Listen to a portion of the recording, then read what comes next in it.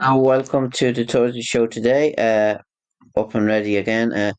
It's been quite a while since I'm back with the last podcast. I was just going to go through what I normally do, what it says on the papers, the usual Irish Times, Irish Independent News, Brave People News. The first section there, what I was going to go through, which was the thing in the Dáil actually that happened. Security outside politicians' homes may be beefed up after a protest.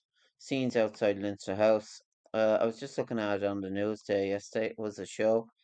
Garda and Oireachtas security staff was involved in review starting today. Protesters displayed mock gallows and photographs of high-profile politicians.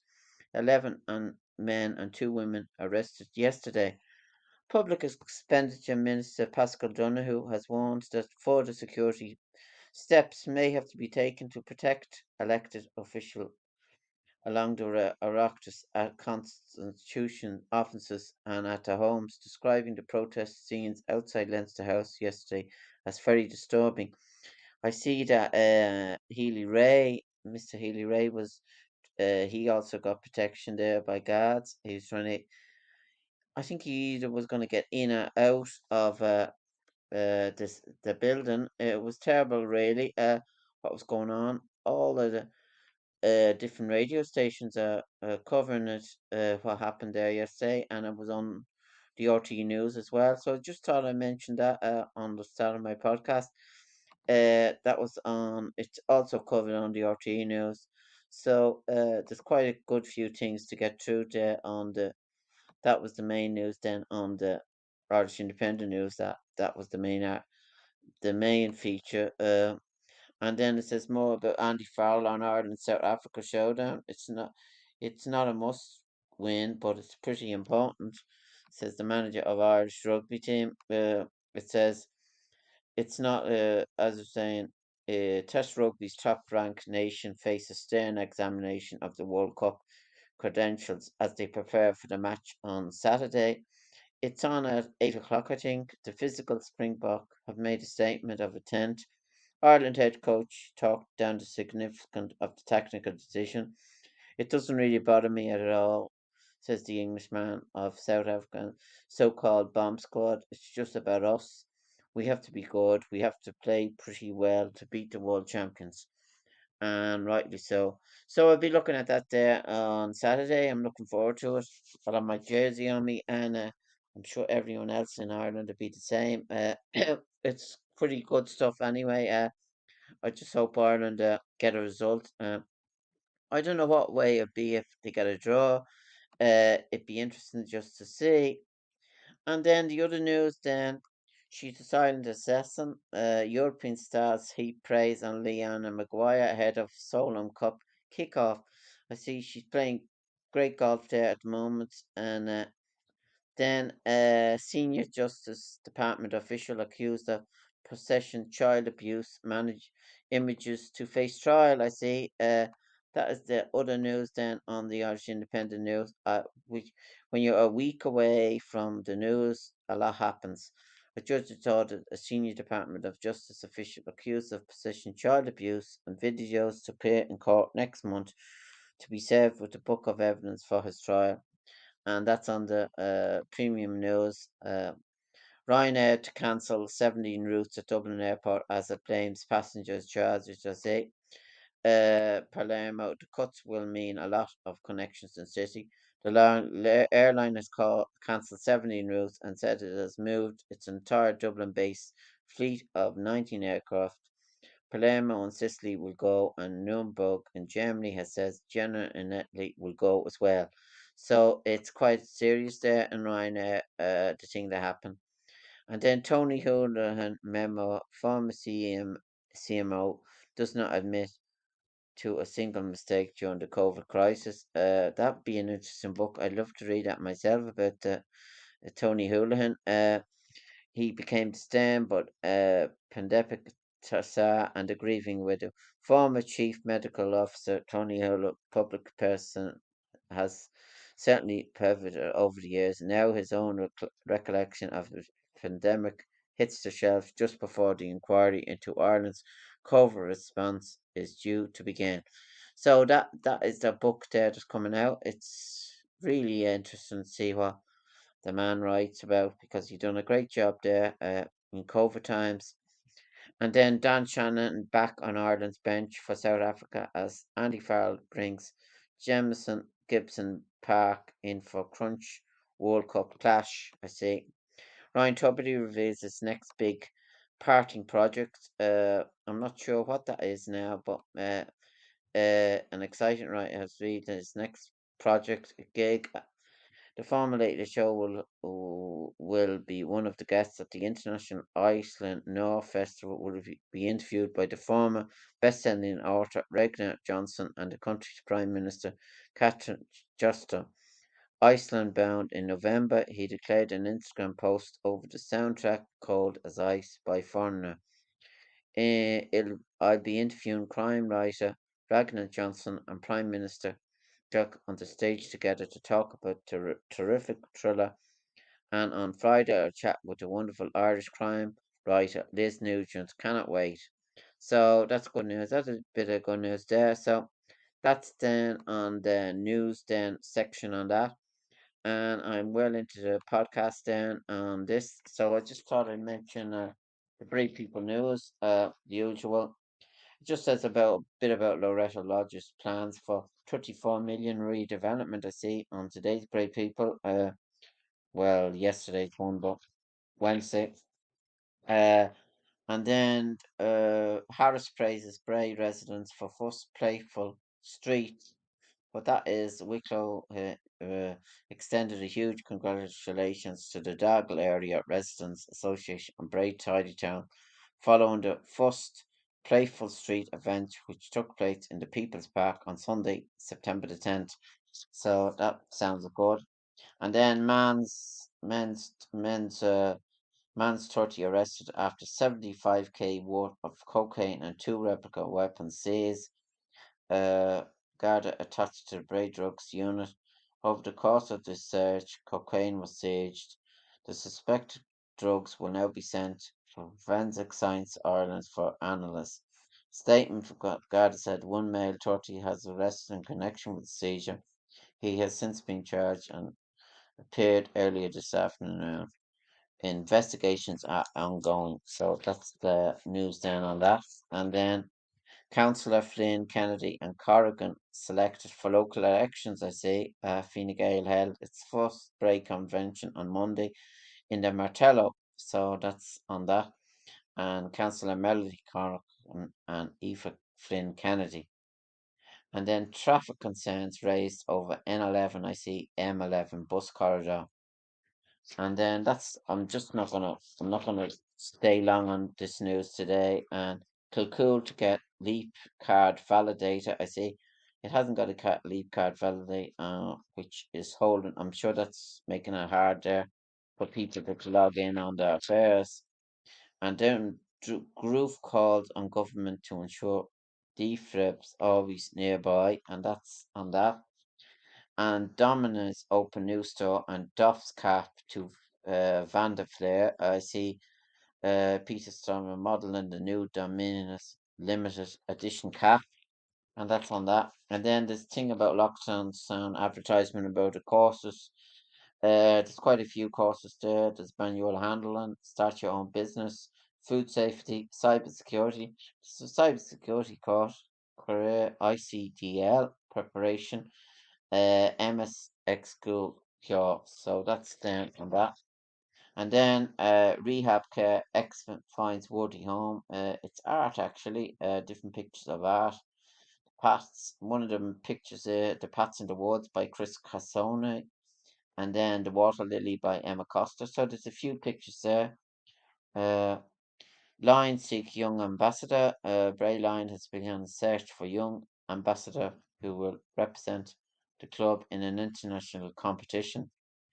And credit union, I see no intention of raising mortgage rates, according to Martin Patrol Bray Credit Union. Bray has said that despite huge bank rising mortgage rates recently, it has no intention of following suit as it has no influence by the European Central Bank. So that's according to what it's saying on that on the latest on Brave People. And Katie Taylor, I see, is added to the Guinness Book of Records with Amanda Serra in April last year, has been listed in the latest edition of the World Record Book, given it was the first women's boxing match to headline Square Gardens in New York. And that's the latest then on that. If anyone buys the Guinness Book of Records, I'm not sure now it'll be listed. I'm sure. And then Wicklow's Junior Eurovision hopeful into semi-finals. That's Neve Berwick Smith, talented Smith, to the semi-final of Search for Eurovision 2024. So doing well for TG4 as well. So and then there's an article then about an ice cream founder, Jonathan Kerwin, feels there's limited potential for them, but he tells Paul O'Donoghue he won't lead the charge. If this works out, there are a world of places you could go, as it isn't as expensive to open a restaurant, pizza restaurant, as it is for an ice cream shop. So he just says we've built the start of an ice cream skyscraper. So that's Gina Gelata, co-founder, Ice Cream Man. So yeah, there's an article then on that as well, and just the main news there. An Ardmore's chief and RT presenter to address female and local officer will celebrate National Women's Enterprise Day in October by hosting an event featuring guest speaker Elaine Geraghty of Ardmore Studios and an daily broadcaster and founder of clothing company. The gathering takes place in Powerscourt, October the 19th, which in N10 will enjoy a buffet meal on arrival. So that's on that. And then Eleanor Garrity is currently manager director of Admos Film and TV Studio in Bray and the former chief executive of Screen Ireland. So that's on that. That's so, and then I just go straight. There's a lot of pictures there on the news on the great people there. And Kate McGrath taped John Wick audition with Mum, and more about the actress there, Kate McGrath. She has just revealed she filmed her audition tape for TV series The Continental from the world of John Wick with her mum in the corner of her room in Ireland. So that's interesting there. That's an interesting story, and that's page 25, you see. And then Avoca Mill will still be up to date after 300 years. Just David McClafford wrote an article there. He took the tour of the mill in Avoca where high fashion design and fabric have been since the 1920s, and where weaving has been an important part of the local economy for 3 centuries. And it shows you there, tour guide Jim McCormick giving a tour at the mill in Avoca. And Donald was so lucky, smart, and only for the Pratt family, this business would not be here. So it just gives you an article then about good writing there about Avoca, which has been there for a long time. And then Charlie Bud, there's an article there now. Aidan Budger picture with Charlie Buds earlier this year, and that's on that. And then there's an article then about Marvel at Ockram's Teens Incredible Painting that has set to appear on RTE. Get a flavour of Culture Night's top lineup, and it just shows you Aidan's photograph. Grandfather Miles Carris poses for a picture of that inspired his award-winning painting, and it just says a good painting there, and just says Ockram's artist Aidan Butt will appear on an RT Arts program next year after his stunning painting of his grandfather received a certificate of commemoration in the National Broadcaster This Is Art competition. So that's the main art then, and that'd be a good program to look at then. And then I'm just going to go straight to usual thing. I'm going to skip a bit there. As I was saying, there's more than on Edward. This week he's making a chicken curry spice flat, and the recipe then is on page 36. That's on that. And then on the pet, if only pets could talk to the owners and vets. That's the article that Pete Wedderburn has today. Pete's dog Kika sometimes harks for no obvious reason. He just talks about but you wonder sometimes what they are thinking. And then Jim Hurley's National Trail. Spiders do a lot of good by eating insects. So that's the common giant house spider can be scary when it runs across the floor at speed on its long hairy legs. And then this week in 1975, the hit that was Sailing, you know that song Sailing, that was number one. The Last Farewell, Roger Whittaker, who died this week. He had a good few hits, and it was sad. So, then the top films on Sunday's film, Loving, that's another film that's on. Then A United Kingdom, that's another film as well. That's on BBC Two. And then Ghostbusters 2016, that's that one directed by Paul Feig. That one is on as well on Film 4. And the Kingsman is on Saturday, 6 7 2015. So there's a few films there, according to the Brave People, what are on the main films that are on the television. There's a lot of pictures then of, there's a good few pictures there as well on the paper there. And then Kilmechanic News, Pluck's final farewell, Sally, the Saturday, the 24th of September. Caroline and Sean McNamara will close the lounge door for the last time in Pluck's. The bar will remain open for a few more days after. The couple must empty the premises of all stocks, which does not look good for the future of the village, as it's the only public house in the community. It's a sad story, really, and I don't know, they could have opened it as a restaurant. I'm not sure, but that's the thing that's happening there in the area. So then on the thing, I was just gonna go through the sport now. A good few things happened there actually over the weekend. The senior grade, and it just says more about the World Cup. Jack will join Josh Conan likely to see action. Wicklow John the Fly rugby adventure continued on a high as he put in a solid 80-minute shift in the impressive but expected 59-16. Just give you what happened there over the weekend. Ireland won, as you say, 59-16, and it was a good win against Tonga. The good few try scorers, so that was what happened. And I think Ireland are still top of the group. And then Bray Wonders 2, Treaty United 2. So that was the other match. Bray Wonders now, I'm not sure of the position. I usually go over the leagues, but I don't have time. I'm well into this podcast. And then it just says the championship to Camogie. There's a lot of women's results. Bray Emmets 1-4. Carnew won gold, so that was that score. And then Kiltegan 2-6. And Akura 4 points. And then there's a bit about intermediate uh intermediate on that. More the ladies than Tinnahealy, the under 16 A semi final, Tinnahealy 3-12, Blessington 3-8, and then on Toker 2-4, AGB 2-9. So that's that score. And then I was just gonna go down to the uh senior results, which there was quite a good few results there on the day. Some of them were played in Auckland, and so it was all done in a group. There was 6 teams in it or something, and uh, then Bray Emmett. That was that match. Then it was group two, round five. It was Bray Emmett's 112 on Toka 111.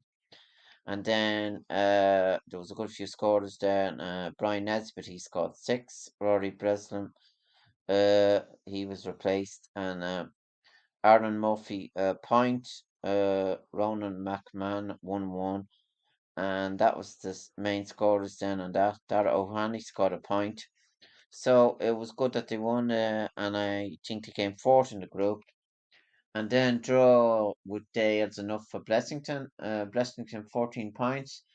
Avondale 2-8. So that was that score. And then the main scorers then on that were Kevin Quinn scored 4 points, Gush Cardigan 2 points, and Anton Malachlan 4 points. So, and then the tables, as I was saying, there they were they're well in. Then Aero 12 points. Tinahely won 6. So Tinahely's Greystones won that as well. I'm just going quick through these then. And then St. Patrick's 116. Dunlavin 10 points. So that was that score. And then Rathnew 1-4. Baltinglass 7 points. Baltinglass, as you're saying, were knocked out of it. And then it does give you Bray Emmets have a big match this week as well in senior hurling. Glenealy and Bray, and that's the main fanfare this week. And it'd be interesting to see who will win that. And then in the other match was Carnew Emmets and Kiltegan. So who'll be in the final? Final is in October sometime. So them two matches, one is played at 5 o'clock on Saturday, and the other match then is played on Sunday. So Bray are playing on Saturday, I think. Bray and Glenealy and Ockram, and it'd be interesting to see who wins that, and then whoever wins that will be in the final. And then the other one, Carnew and Kiltegan, that is on Sunday. So it's split up. And then more about the football drama here on the back of the paper. It was a weekend of drama and intrigue in the football championship with the results creating quarter-finals. Rathnew dumping out Glass. High-flying AGM will take on improving era of Greystones.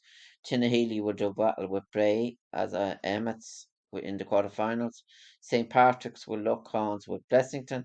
So it will be interesting. That they be played the following week, I think. And Annacura and the Billies, Donard and Hollywood, Carnew and Barn, Derrick and Newtown and Ballymount will go war in the IFC quarterfinals, so intermediate football as well. So it's an interesting weekend there, as I was saying. And I was just going to go now to see what's tweeting the main news then before I leave this podcast. The main news then, what's tweeting on the Twitter. Uh, just Luke O'Neill, he's on News Talk. Can you believe it? One shot at them will dampen down the whole response. A new vaccine that seeks to fight MS, diabetes, lupus, and rheumatoid has been developed, according to Trinity Professor Luke O'Neill. That's the thing that's tweeting 4 hours ago. Go on to thing. And then on this day in 1949, the Republic of Ireland bet England 2-0 at Goodison Park, and the goals came from Conn and Peter Farrell. Farrell was an Everton player at the time, playing on his home ground. The famous result for the Bison Green meant that Ireland became uh, the first team on foreign side to beat England. So that was it, and that's what tweeting. And then Dr. Tony Houlihan, looking forward to tomorrow. He has a book out. We need to talk, and that's the book that I was talking to earlier on. And then Joe Brolly is also tweeting, hate can be tolerated whether it is senators or influences on their foot soldiers. Hate is transferable to Jews, Muslims, gay community, or trans TD doctors yesterday was the result of the intolerance. The hate laws cannot be passed soon enough. So that's why Joe Brolly is tweeting 5 hours ago. And RTE all 13 people arrested in connection with public order offences, as I was saying. And that's the latest then on that. That's then the tweeters tweeting there. So there's no more. I was just looking. There's no more tweets there as such. I just checked them out now and again. So I hope you enjoy my podcast today. I'll be back with another one again, maybe on Friday. I haven't been back for quite a while. So I'm not sure how long I'm gonna go. Probably 40, bit over that, but I'm not sure. But I hope you enjoyed my podcast today, and goodbye. Thanks for listening.